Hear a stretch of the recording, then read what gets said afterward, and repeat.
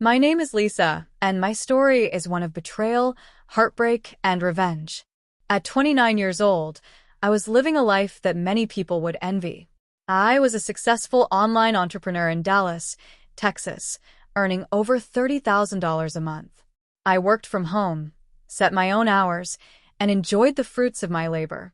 To the outside world, I seemed to have it all. But behind closed doors, my life was a nightmare. I was trapped in a toxic marriage to Ryan, a man I once loved, and constantly tormented by his controlling, greedy mother, Evelyn. The breaking point came one evening when Evelyn, with her usual entitlement, demanded $5,000 for a shopping spree. I had had enough. I refused, standing my ground. That's when she did the unthinkable. In a fit of rage, Evelyn grabbed a baseball bat and swung it at me. The impact sent me crashing to the floor, pain searing through my body. But the physical pain was nothing compared to the emotional agony I felt when I looked up and saw Ryan, my husband, my supposed partner in life, standing there, doing nothing. He didn't stop her. He didn't defend me. He just watched as his mother unleashed her fury on me. That night, as I lay in bed nursing my wounds, I realized I couldn't live like this anymore. The anger bubbling inside me turned into resolve. I packed my bags, left the house, and vowed to take control of my life. But I wasn't just leaving, I was plotting my revenge. And when they woke up the next morning, they had no idea what was waiting for them. Ryan and I met in college. He was everything I thought I wanted, charming, ambitious, and full of big dreams. We spent hours talking about our future, imagining the life we would build together. We were unstoppable, or so I thought. 3 years ago, we got married, convinced that our love could overcome any obstacle. For a while, it felt true. We supported each other, celebrated each other's successes, and shared everything. But then Ryan lost his job 8 months ago, and things began to change. At first, I didn't mind supporting us financially. I loved him and believed it was a temporary setback. But as the months dragged on, Ryan changed. He became distant, spending his days playing video games and his nights ignoring me. Evelyn, his mother, saw his vulnerability as an opportunity. She began inserting herself into our lives more and more, treating my home as her personal domain. She criticized everything I did, from how I managed my business to how I ran my household. Ryan, instead of standing up for me, enabled her behavior. It was like I was no longer his wife, but an outsider in my own home. The man I had fallen in love with was gone, replaced by someone I barely recognized. That night, as I drove away from the house, a mix of emotions swirled within me: pain, anger, and a newfound sense of determination. I had spent years sacrificing my happiness for Ryan and putting up with Evelyn's torment, but no more. I wasn't just leaving to escape. I was leaving to fight back. They had taken me for granted, but they were about to see the real me, the woman who had built a thriving business from the ground up. The next morning, while they slept soundly in their comfortable little world, I was already working on the first steps of my revenge. By the time they woke up, I had prepared a shocking surprise that would turn their lives upside down. Evelyn thought she could bully me. Ryan thought he could stand by and let it happen. But they were about to learn that I wasn't someone to mess with. Despite the challenges, I had always prided myself on being independent. I built my business from the ground up, pouring my blood, sweat, and tears into creating a life of stability and success. But lately, the weight of responsibility felt like a mountain on my shoulders. I worked tirelessly to ensure our bills were paid, the mortgage was covered, and groceries were stocked. I wanted to keep the household running smoothly, even if it meant sacrificing my own needs. But instead of gratitude, I faced something far more toxic: endless demands from Evelyn, my mother-in-law. Evelyn was always there, her sharp eyes gleaming with entitlement. In her late 50s, she carried herself with an air of superiority, always ready to remind me of what she considered my duty as a daughter-in-law. "You're doing so well, Lisa," she would say, her voice oozing with fake sweetness. "Surely you can spare a little more for family." The first time she asked for money, it was for a few $100s to cover a luxury trip to a resort. I hesitated, But Ryan, ever the peacekeeper, encouraged me to give in. "It's just a little something to make her happy," he said, his eyes pleading with me.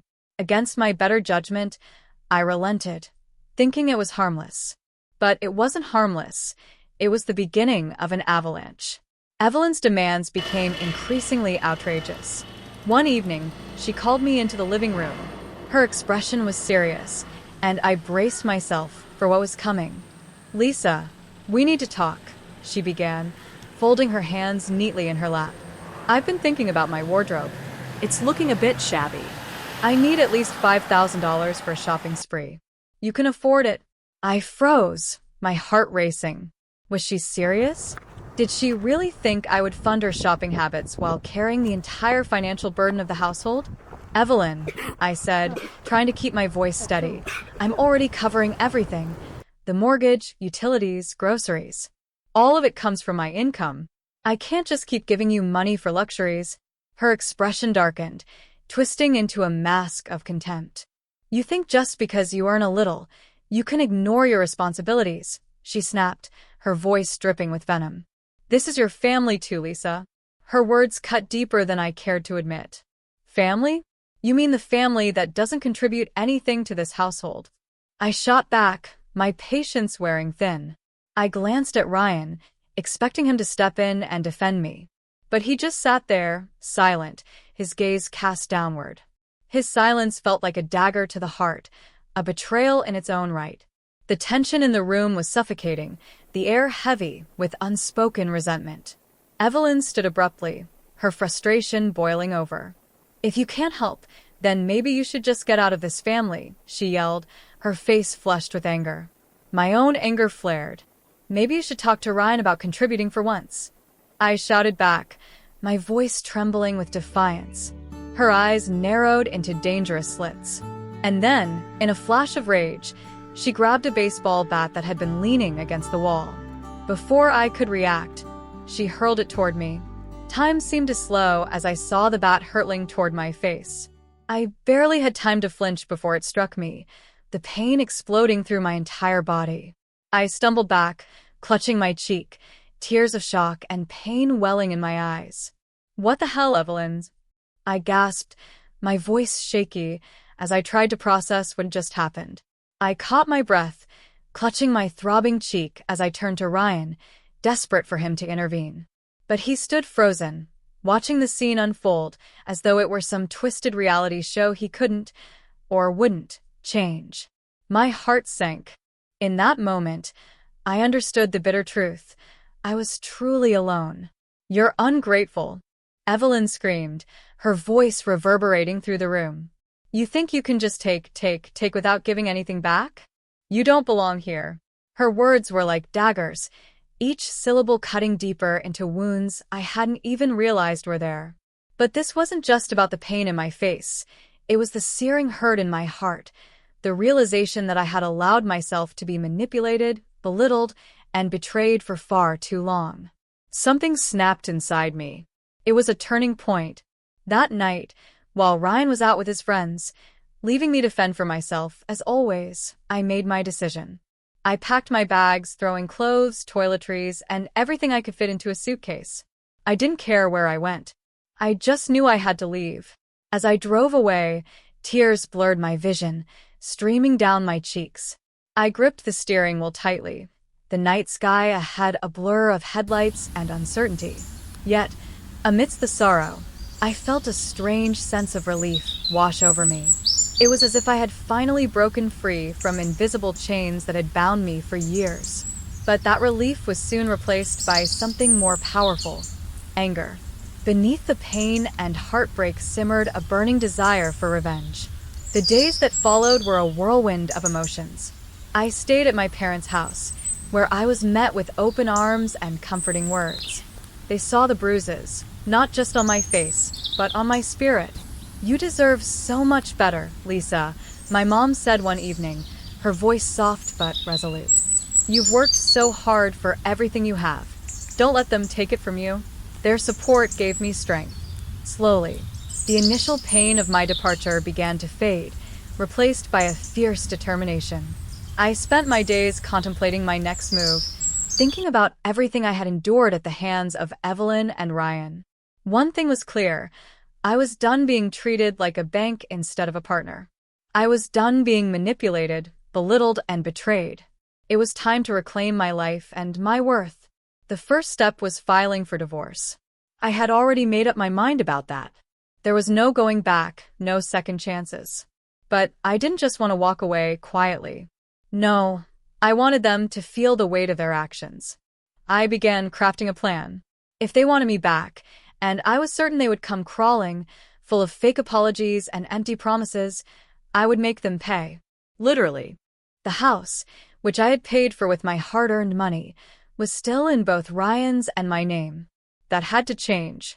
I imagined the look on Evelyn's face when she realized she had no claim to the home she had so brazenly taken over. The thought gave me a spark of satisfaction. It was a risky move, but I was done being the victim. I had spent too long letting others control my life. Now it was my turn to take control. Days turned into weeks, and each passing moment brought me closer to my goal. I filed for divorce, a monumental step that felt like shedding the final remnants of my toxic marriage. My parents were my rock during this time, reminding me daily of my strength and resilience. Their encouragement lit a fire within me, a drive to not only move on but to thrive. "You're stronger than this, Lisa," my dad said one evening, his hand resting gently on my shoulder. "You've built a life for yourself once. You can do it again, better this time." He was right. I had built my business from nothing, proving to myself and the world that I was capable of greatness. Losing Ryan and Evelyn wasn't a setback, it was an opportunity. Still, I couldn't shake the anticipation of what was to come.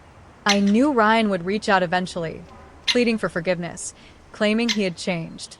I could already picture Evelyn's sickeningly sweet act, pretending nothing had happened, as if a mere apology could erase the trauma she had caused.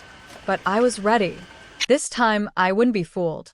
I was no longer the Lisa they thought they could control.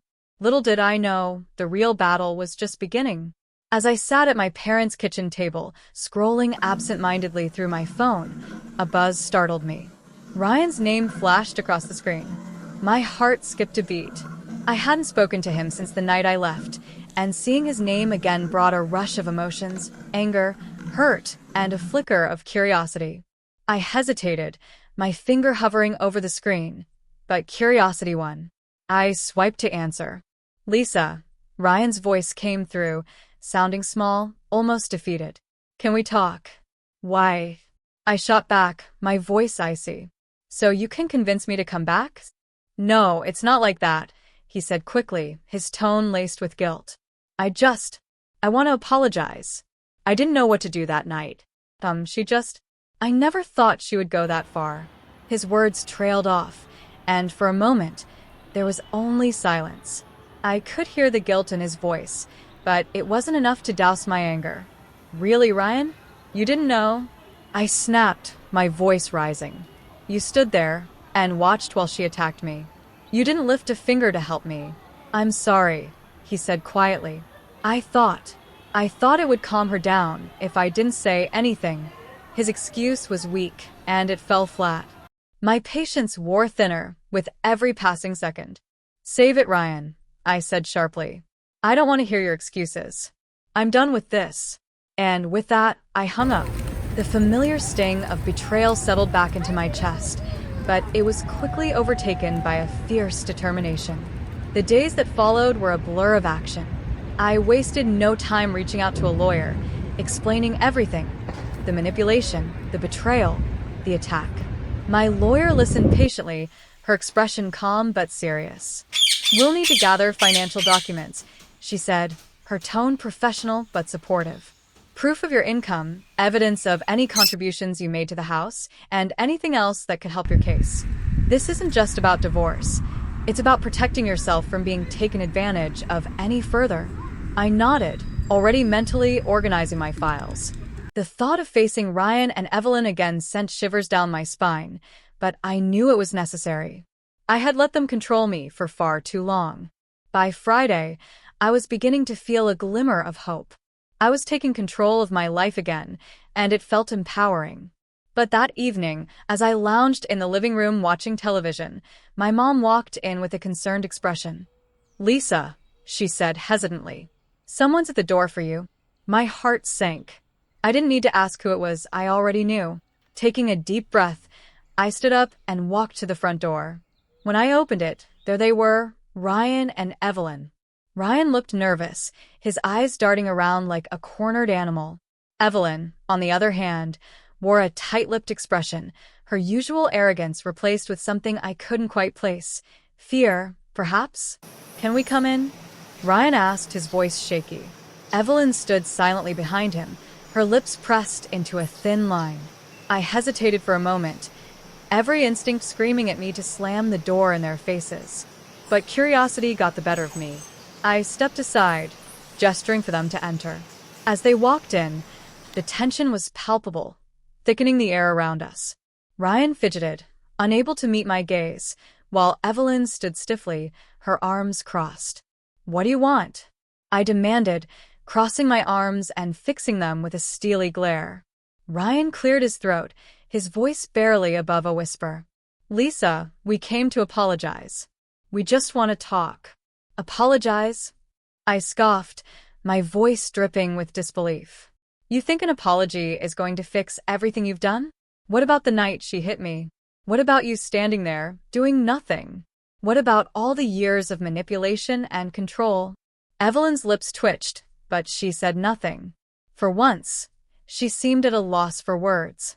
"Lisa, please," Ryan pleaded. "We know we've made mistakes. We just want to make things right." I laughed bitterly, shaking my head. "Right? You think you can make this right? You can't undo what's been done, Ryan." "And you," I said, turning to Evelyn, "don't even pretend like you're sorry. You don't regret what you did. You regret that I left." Evelyn's face flushed, and for a moment, I thought she might lash out. But instead, she stayed silent, her jaw clenched tightly. ____________.